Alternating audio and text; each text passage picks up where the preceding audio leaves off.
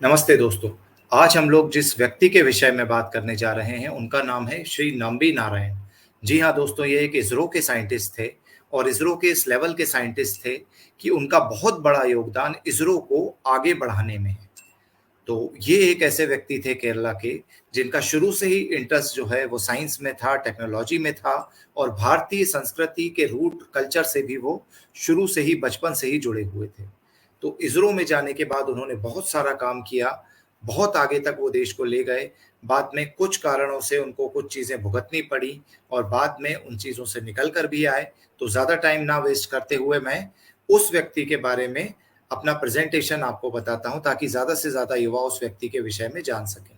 तो power point presentation के माध्यम से अगले 5 मिनट में मैं आपको इसरो के इस महान साइंटिस्ट के विषय में बताना चाहूँगा। तो दोस्तों, इस साइंटिस्ट का नाम है नाम्बी नारायण। इनकी बायोग्राफी अभी हम लोग अगले 5 मिनटों के अंदर देखेंगे। ये नाम्बी नारायण जी की तस्वीर है, उसके पीछे उनके बारे में जो किताबें लिखी गई हैं, वो रखी हुई हैं। ये हैं इसरो के वो साइंटिस्ट जिनके विषय में आज हम लोग बात करेंगे। आप लोग सोच रहे होंगे कि इस व्यक्ति ने ऐसा क्या ख़ास किया है जो इसके विषय में युवाओं को जानना चाहिए, तो आगे हम लोग जानेंगे। बचपन से ही इनका इंटरेस्ट जैसा कि मैं बता चुका हूँ कि साइंस में था, टेक्नोलॉजी में था, तो इन्होंने उसी को परस्यू करते हुए इंजीनियरिंग की और इंजीनियरिंग करने के बाद इसरो में ये शामिल हुए। इसरो में काम करते हुए इनको लगा कि इनको और अधिक पढ़ाई की आवश्यकता है, तो अमेरिका गए, वहाँ से वो सीख कर आए और अमेरिका से आने के बाद फ्रांस जाकर भी इन्होंने काफ़ी कुछ चीज़ें सीखी जो इंडिया के इसरो के प्रोग्राम में इम्प्लीमेंट हुई। इनके लेवल का अंदाज़ा इसी बात से लगाया जा सकता है कि इन्होंने भारत के टॉप साइंटिस्ट्स के साथ काम किया है, जैसे कि अब्दुल कलाम जी के साथ आप इनका फ़ोटो देख रहे हैं, जो कि हमारे मिसाइल मैन हैं और पूर्व प्रेसिडेंट भी रह चुके हैं। तो अब्दुल कलाम जी के साथ नाम्बी नारायण जी को आप लोग देख सकते हैं इस स्क्रीन पर। बहुत ही ज़्यादा डीप काम इनका इसरो के अंदर रहा है। सारी ज़िंदगी इन्होंने देश के लिए काम किया, इसरो के लिए काम किया। जब इन्होंने अमेरिका में अपनी पढ़ाई पूरी की तो नासा ने तक इनको ऑफ़र किया था और इस तरह की सैलरी ऑफ़र की थी कि कोई भी साइंटिस्ट उसको नकारता नहीं दुनिया में, लेकिन अपने देश के लिए काम करने के लिए नाम्बी नारायण वो सैलरी का ऑफ़र ठुकरा कर भारत वापस आ गए और भारत आकर उन्होंने भारत के अंदर काम करना शुरू किया और काम कर विकास नाम का इंजन बनाया, जो कि विक्रम साराभाई के नाम पर उन्होंने बनाया था। उस पर काफ़ी सारे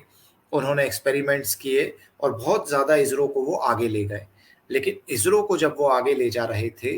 उसी समय बहुत सारे देशों को उनसे जलन हो गई, उनसे चिढ़ हो गई, ईर्ष्या होने लगी, क्योंकि इसरो उस टेक्नोलॉजी को दुनिया को सस्ते में बेच सकता था, जो टेक्नोलॉजी असल में सिर्फ़ चंद बड़े देशों के पास थी और वही लोग उसके ठेकेदार बने हुए थे। तो नाम्बी नारायण के ऊपर सारा का सारा टारगेट आ गया और टारगेट आने के बाद उन लोगों ने अटैक्स करने शुरू किए इस व्यक्ति पर और हमारे ही देश के अंदर अनफॉर्च्यूनेटली जिस व्यक्ति ने इतना काम देश के लिए किया था, जिस व्यक्ति ने अपनी जान कई बार खतरे में डालकर रशिया से बहुत सारे पार्ट्स वो इंजन्स के लेकर आए थे, जिस व्यक्ति ने फ्रांस के अंदर से टेक्नोलॉजी सीखी, अमेरिका से टेक्नोलॉजी सीखी और वहाँ की नौकरियाँ छोड़कर भारत के लिए काम किया था, उसी के ऊपर देशद्रोह का इल्ज़ाम हमारे देश के कुछ सरकारों ने लगाया और उन सरकारों ने ना सिर्फ़ इल्ज़ाम लगाया बल्कि पुलिस से उन्हें गिरफ्तार करवा दिया। गिरफ्तार होने के बाद दोस्तों 50 दिनों तक इनको पूरी तरह से टॉर्चर किया गया, मारा-पीटा गया और कई जगह से ऐसा भी इंटरनेट पर मिलता है कि इनसे कहा गया कि ये इसरो के दूसरे टॉप साइंटिस्ट के नाम भी ले दें, ताकि उन सबको भी इन इल्ज़ामों में फँसाया जा सके और ये सारे के सारे इंडिया के प्रोजेक्ट्स बंद हो जाएँ। लेकिन नम्बी नारायण ने मार खाई, वो सब कुछ सहन किया, इस लेवल तक सहन किया कि उनकी जान जाने वाली थी। तब जाकर पुलिस ने उन्हें हॉस्पिटल में भर्ती किया, लेकिन उन्होंने कुछ भी इस तरह की गलत चीज़ें कबूल नहीं की, ना ही अपने इसरो के साइंटिस्ट का गलत नाम लिया। उसके बाद फाइनली सीबीआई वहाँ पर भेजी गई, लेकिन सीबीआई भी उसी सरकार की थी। सीबीआई के कुछ लोगों ने भी इन्हें फँसाने की कोशिश की, लेकिन फाइनली सीबीआई डायरेक्टर के सामने जब इन्होंने अपना पक्ष रखा, तो उन्होंने उस चीज़ को माना और बाद में इनको उन सभी एलिगेशन से बरी किया गया। ना सिर्फ बरी किया गया बल्कि ह्यूमन राइट्स कमीशन ने कंपेंसेशन के लिए केरला गवर्नमेंट के ऊपर केस डाला और वो भी नम्बी नारायण जीत गए और finally he won the case और ये चीज़ साफ निकल कर आई कि there was a foreign hand. इनको फँसाने के लिए बहुत सारे विदेशियों ने यहाँ पर ताकत लगाई थी, इंटेलिजेंस एजेंसीज़ लगी थी, उनने हमारे यहाँ के कुछ लोगों को खरीदा होगा और उसके बाद इस आदमी को फँसाया होगा। क्योंकि ये बहुत बड़ा इसरो का एक प्रोजेक्ट बनाते जा रहे थे, इसरो को इतना बड़ा बनाते जा रहे थे कि इसरो में यदि वो सारी चीज़ें होने लगती तो उनके यहाँ की दुकानें बंद हो जाती। बट इन सब चीज़ों से ज़्यादा महत्वपूर्ण जो चीज़ है कि हमारे देश के अंदर एक ऐसे साइंटिस्ट के साथ ये हुआ, जो इस तस्वीर में दिख रहा है कि उन्हें गिरफ्तार किया गया। लेकिन फाइनली जो सत्य की अंत में जीत होती है, वो केस जीते और जीतने के बाद जिस व्यक्ति को पुलिस ने गिरफ्तार किया था, वही पुलिस ऑफिसर्स उनको लेकर गए राष्ट्रपति भवन में और मोदी सरकार आने के बाद इस व्यक्ति की अहमियत को समझा गया और ना सिर्फ समझा गया, बल्कि उन्हें पद्म भूषण से भी नवाज़ा गया। और पद्म भूषण से नवाज़ने के बाद इनकी स्टोरी जो है वो देश के सामने आई। नरेंद्र मोदी जी ने अपनी कैंपेन में भी इस स्टोरी को कई बार केरला के अंदर रखा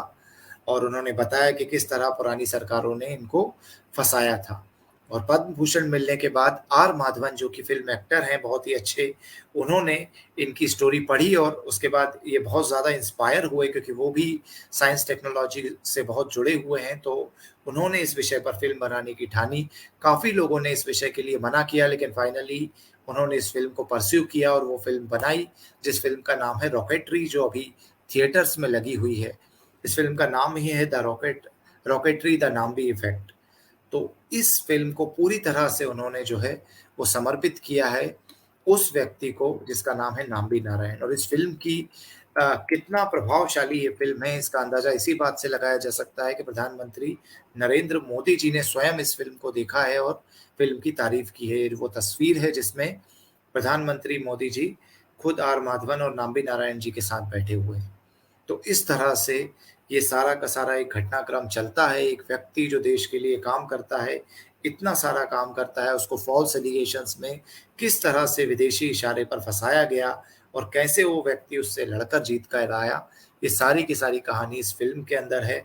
जनरली हम लोग किसी भी चीज़ का प्रमोशन नहीं करते हैं, किसी भी मूवी के प्रमोशन आपने या रिव्यू देते हुए मुझे नहीं देखा होगा, लेकिन ये मूवी हर युवा को देखना चाहिए, हर देशभक्त युवा को देखनी चाहिए, ताकि वो जान सके कि भारत के साइंटिस्ट किस कंडीशन में देश के लिए काम करते आए और किस कंडीशन में उनको रोका गया, किन लोगों ने उन्हें रोका, वो सब हमारे देश के सामने आए और उसके बाद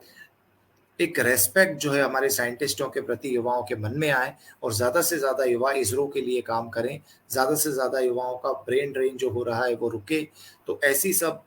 चीज़ों के कारण, ये सारी चीज़ों के कारण हम लोग ये रॉकेटरी के विषय में आज आपको बता रहे हैं। तो इस रॉकेटरी मूवी को आप सभी लोग जाकर अवश्य देखें, ताकि आप जान सकें इस ग्रेट साइंटिस्ट की लाइफ़ के बारे में और ज़्यादा से ज़्यादा आप लोगों के को भी इस विषय में बता सकें। तो आज का ये जो लाइव था, ये जो वीडियो था, ये इसी विषय में था और यही रीज़न था कि ये हम लोगों ने आज आपके सामने बताने का प्रयास किया, ताकि एक साइंटिस्ट जिसके साथ गलत हुआ, उसके विषय में ज़्यादा से ज़्यादा लोग जान सकें, समझ सकें और आगे से इस तरह की कोई भी घटना इस देश में ना हो। तो यदि आपको ये वीडियो अच्छा लगा हो, ये लाइव अच्छा लगा हो और आप चाहते हैं कि ज़्यादा से ज़्यादा लोग इस साइंटिस्ट के विषय में जानें, तो इस वीडियो को आप अपने मित्रों के साथ भी शेयर कर सकते हैं। तो यही एक मंशा थी आज के लाइव की कि डॉक्टर नम्बी नारायण के विषय में आप सभी लोग जानें और सभी युवा इस मूवी को देखें, ताकि इस तरह के विषय भी उनके बीच में जाएँ। अन्यथा क्या होता है कि सिर्फ़ नाचने-गाने वाली मूवी ही आपके बीच में आती है और इस तरह की कोई मूवी बनाने का प्रयास करता है, तो वो फ्लॉप हो जाती हैं या किसी को पता ही नहीं चलती। आर माधवन ने यदि इस तरह का एक अच्छा प्रयास इस समय इस देश में किया है, तो हम सभी को उसे सराहना चाहिए तथा सभी को उस मूवी को देखकर प्रमोट करना चाहिए, ताकि इस तरह की और रियल बायोपिक्स हमारे देश में बनती रहें। धन्यवाद।